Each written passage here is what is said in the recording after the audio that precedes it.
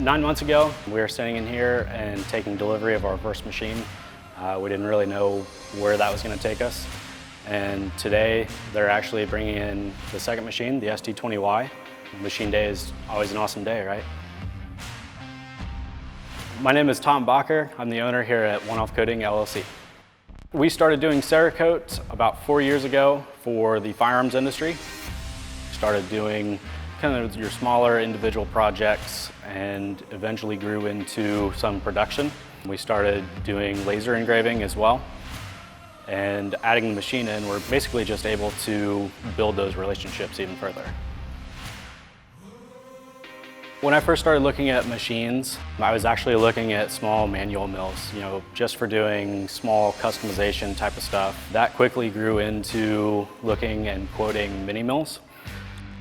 What I realized with the mini mills was with the space I have here in the shop, a VF-2 might be a better option just because of the size. I mean, we had the room here in the shop. The reason we got the ST-20Y is just so that we can kind of grow into the machine. Having that live tooling and everything and the Y-axis, I didn't want to start with something too basic and outgrow the capabilities of the machine quickly. I wanted to basically be able to tackle any project we needed to do.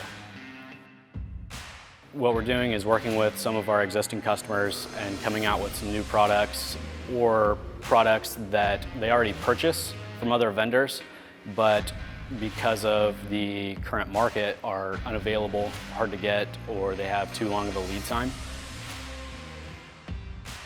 So we started making these very, very simple parts just to get familiar with the machine. It was just a small aluminum part, running it in 2 vices, doing op1 and op2, and running these parts one at a time. We eventually grew that into cutting soft jaws, learning that whole process, speeding up the process, running more parts, running faster.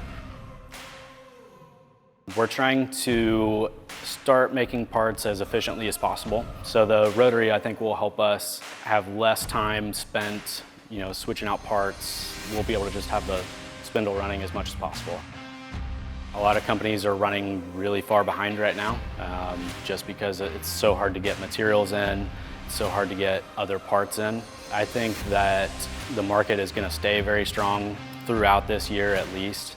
And us making these moves with buying machines while the market was high, I think we're going to put ourselves in a really good position where we're going to be one of the ones that stand out and we're still there in the end and we're able to keep helping our customers.